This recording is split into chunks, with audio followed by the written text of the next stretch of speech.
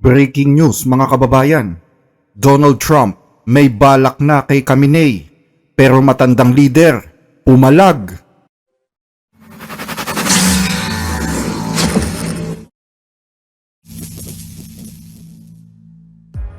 Bandang mag-aalas 7 ng gabi ng January 9, oras sa bansang Iran, pinutol ng rehimen ang lahat ng mga internet connection sa buong bansa. Kung pagbabasihan ang mga nangyari noon, ang pagkakaroon daw ng network blackout tulad nito ay pasimula ng isang mas madugong crackdown. Pero sa kabila ng network shutdown, hindi pa rin nagpatinag ang mga Iranians. Patuloy ang pagdagsa ng mga footages mula sa bansang Iran gamit ang Starlink na pag-aari ni Elon Musk. Mga nakakakilabot na footage kung saan ipinapakita ang mga security force na naka-hazmat suit sa kalye at ginagawang base militar ang mga paaralan. Ito ang Imam Ali High School. Ito rin ang parehong paaralan kung saan nag-istasyon ang mga sundalo noong 2022 nang sumiklab ang protesta dahil sa pagkamatay ng isang babaeng inakusahang hindi nagsusuot ng hijab ng maayos, inaresto at nasawi sa kamay ng mga pulis. Ibig sabihin, inuulit lang nila ang taktika para durugin ang protesta ngayon tulad ng ginawa nila noon. Ito ang nangyayari sa Iran ngayon. Sobrang tindi na ng sitwasyon. At may ilang mga opisyal na rin ng gobyerno ang humihingi na ng refugee visa sa bansang France. Bukod dito, sinabi din ni Pangulong Trump na naghahanap na rin ng paraan ngayon ang supreme leader ng Iran kung paanong makakatakas sa bansa sa gitna ng mga protesta. Ang Iran ay nasa matinding internet blackout ngayon at alam ng maraming mga nagpoprotesta sa Iran kung anong ibig sabihin nito. Mas matindi ang gagawin ng gobyerno sa kanila habang walang alam ang mundo kung anong tunay na nangyayari. Ito na ang ikatlong network blackout sa buong bansa.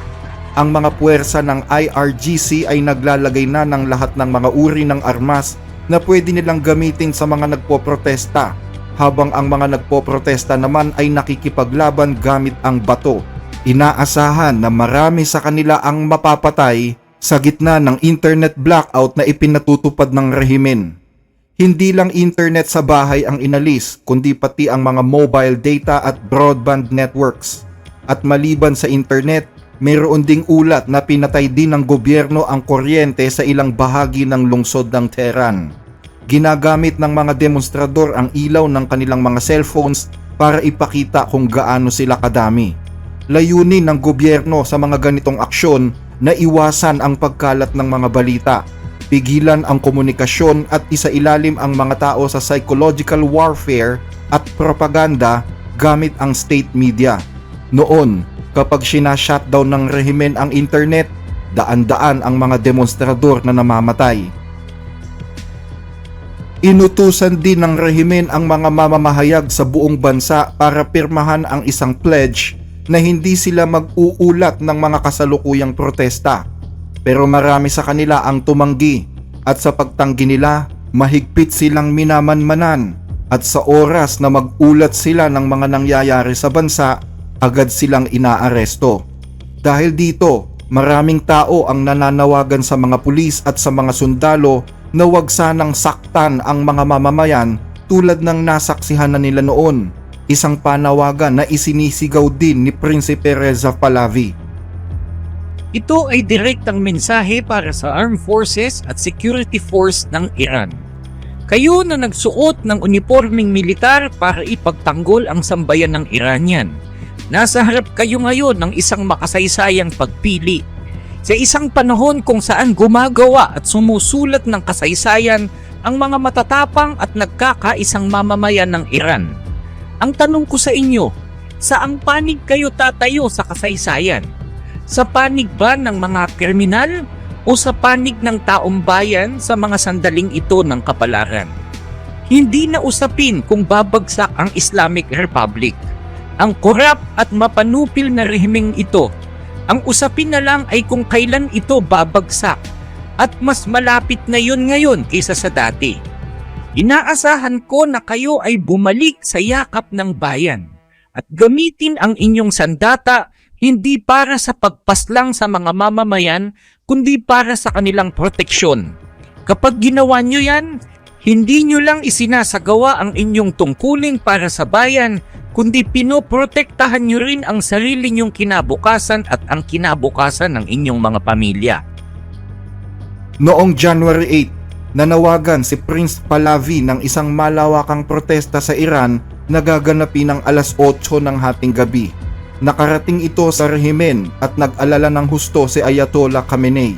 Dahil dito, kung bakit isang oras bago magsimula ang protesta ng alas 8, iniutos na i-shutdown ang lahat ng mga internet connection sa buong bansa. Nang mga oras na yon, nakatanggap din ng matinding banta ang taong bayan mula sa mga pulis na ang sino mang lalahok sa mga kilos protesta ay ituturing na kriminal at kaaway ng Diyos na karapat-dapat sa death penalty. Gamit ang mga text messages na kumalat sa lahat ng mga cellphone sa buong bansa, ipinarating ng rehimen sa lahat na huwag nilang susubukang sumali sa mga kilos protesta, na ayon sa mga eksperto ay isang desperadong hakbang ng gobyerno na nagpapahiwatig na wala na nga silang kontrol sa kanilang mga nasasakupan. Isang video naman ang inilabas mula sa Israel galing kay Prime Minister Benjamin Netanyahu para lalo pang himukin ang pag-aalsa sa Iran. Posibleng magulat kayo sa sasabihin ko. Galing ito mismo sa punong ministro ng Israel. Pero malinaw kong sinasabi, ang mga Iranians ang pinaka-gifted at matagumpay na tao sa buong mundo. Siyempre may kondisyon. Yan ay kapag iniwan na nila ang Iran.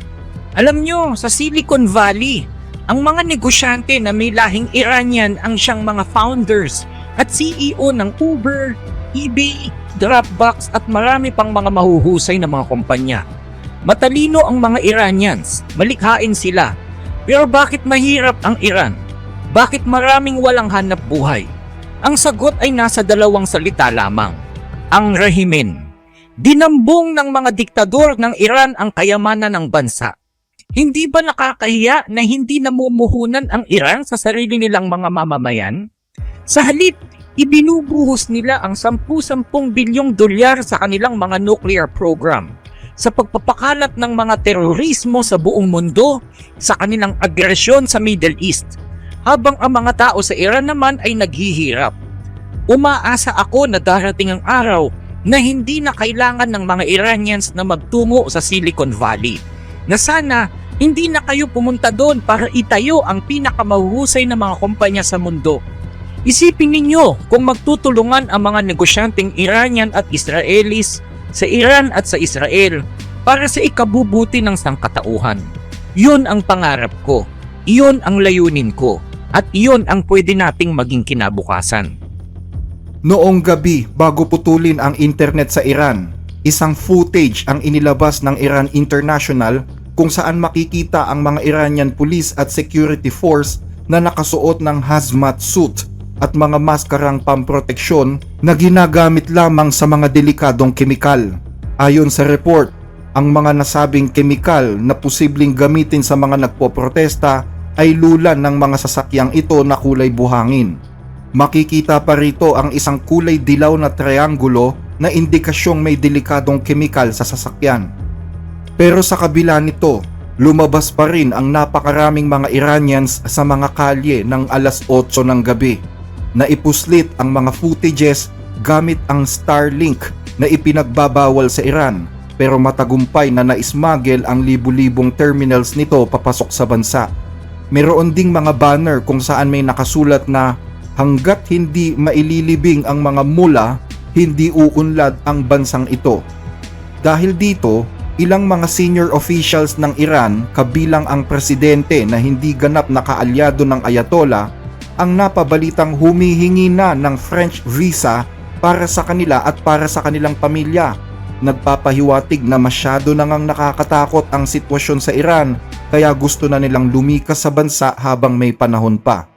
Ngayon, pinatay ang internet sa Iran para walang makalabas na balita kung paanong dudurugin ang mga nagpoprotesta. At batay sa pinakahuling report, 65 katao na ang napapatay, kabilang ang 7 menor de edad. Sa panig naman ng rehimen, 14 na sundalo na o security personnel ang nasasawi. Kaugnay ng lumalawak na patayan sa Iran, nagpalabas naman ng bagong mensahe si Pangulong Donald Trump para sa rehimen.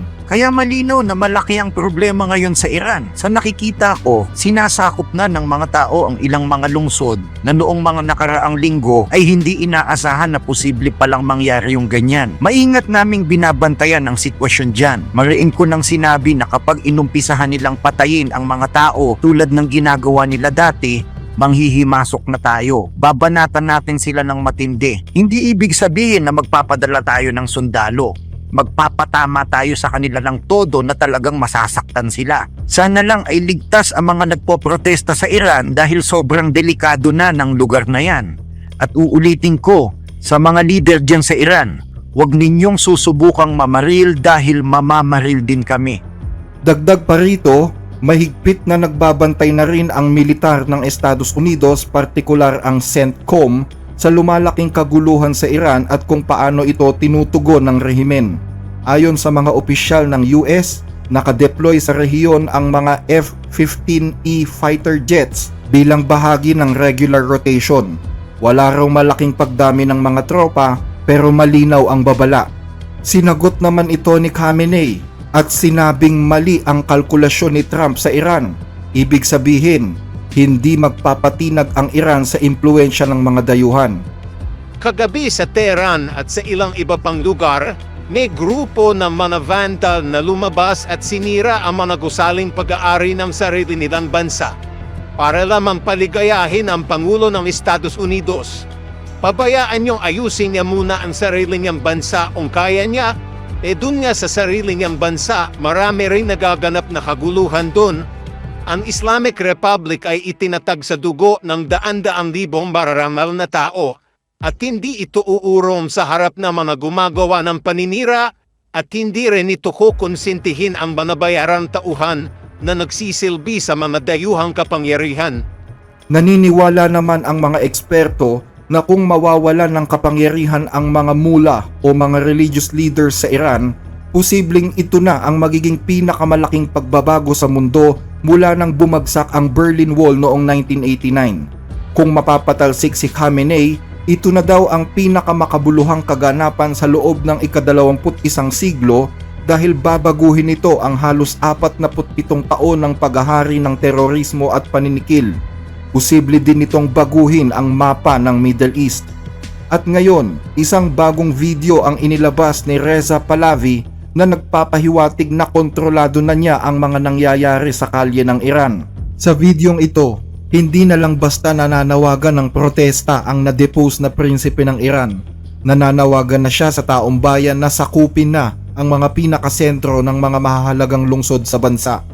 Mga minamahal kong kababayan, dahil sa inyong tapang at katatagan, nakuha ninyo ang paghanga ng buong mundo. Ang marangal na paglabas ninyo muli sa mga lansangan sa buong Iran noong Biyernes ng gabi ay naging malakas na sagot sa mga banta ng taksil at kriminal na lider ng Islamic Republic. Kung saan man siya nagtatago, sigurado ako na nakita niya ang mga larawang ito at nanginginig na siya ngayon. Ngayon, dahil sa matibay na pagtugon ninyo sa unang panawagan, sigurado ako na sa mas seryosong presensya natin sa mga lansangan, kasabay ng pagputol natin sa mga pinagkukunan nila ng pera, mapapabagsak natin ng buo ang Islamic Republic. Ganon din ang makaluma at marupok na makinarya ng kanilang panunupil. Kaugnay nito, inaanyayahan ko ang mga manggagawa at mga empleyado sa mahahalagang sektor ng ekonomiya, lalo na sa transportasyon, langis, gas at enerhiya na magsimula ng isang pambansang welga. Hinihiling ko rin sa inyong lahat, ngayon at bukas, Sabado at Linggo, mula alas 6 ng gabi, lumabas kayo sa mga lansangan dala ang mga bandila, larawan at simbolo ng bansa at tangkinin ang mga pampublikong lugar bilang atin. Ang layunin natin ay hindi na lang lumabas sa kalye. Ang layunin ay paghandaan ang pagkuha sa mga sentro ng mga lungsod at kontrolin ang mga ito. Para makamit ito, kumilos kayo patungo sa mas sentrong bahagi ng mga lungsod mula sa iba't ibang ruta at pagdugtungin ang magkakahiwalay na mga pulutong. Kasabay nito, Maghanda na kayo na manatili sa mga kalye at tipunin ang mga kinakailangang mga supply. Sa mga kabataan ng Immortal Guard ng Iran at sa lahat ng sandatahan at security force na sumali na sa pambansang plataporma ng kooperasyon, sinasabi ko, bagalan at guluhin palalo ninyo ang makinarya ng panunupil upang sa takdang araw ay tuluyan natin itong maparelisa. Ako man ay naghahanda ng bumalik sa inang bayan upang sa sandali ng tagumpay ng ating pambansang revolusyon ay makasama ko kayo, mga dakilang sambayanan ng Iran. Naniniwala akong ang araw na yon ay napakalapit na. Ngayon ang ika-13 gabi ng revolusyon sa Iran. Sa lungsod ng Mashhad, kitang-kita ang mga nagpoprotesta habang winawasak nila ang mga CCTV na itinanim ng gobyerno para isurveillance sila. Inakusahan naman ng mga human rights group ang mga security forces ng Iran ng paglabag sa karapatang pantao, kasabay ng lalong paglawak ng mga demonstrasyon sa buong bansa. Meron ding mga unverified reports na inaatake na daw ng puwersa ng Iran maging ang mga pampublikong ospital para alisin ang mga katawan ng kanilang mga pinatay upang maitago ang tunay na bilang ng mga casualty. Ayon kasi sa isang doktor na naglabas ng impormasyon sa tulong ng Starlink, mayroon daw nasa 217 bangkay ng mga demonstrador ngayon ang nasa 6 na ospital. Karamihan daw sa mga bangkay na ito ay ang mga taong pinagbabaril ng mga sundalo nang sunugin ng mga ito ang Al-Rasul Mosque kung saan ginanap ni Khamenei ang kanyang Friday prayers.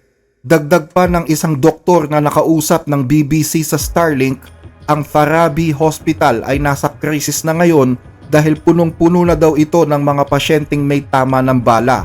Ang nakikita ninyo ngayon ay isang ospital sa Ilam kung paanong nilusob ito ng mga sundalo ng Iran, habang ito naman ay isang ospital sa Hassanabad kung saan nagpakawala ang mga sundalo ng tear gas sa loob mismo ng ospital. Matatandaan na nagsimula ang protesta dahil sa pamahal ng pamahal ang bilihin sa bansa, sa puntong hindi na-afford ng mga tao ang cost of living doon. Kasabay yan ng pagbagsak ng Iranian rial laban sa dolyar kung saan sumadsad na ito sa mahigit 1 milyong rial kada $1. Baka pwedeng humiling sa inyo ng like sa ating mga video, lalo na po kung nagugustuhan ninyo ang ating mga talakayan.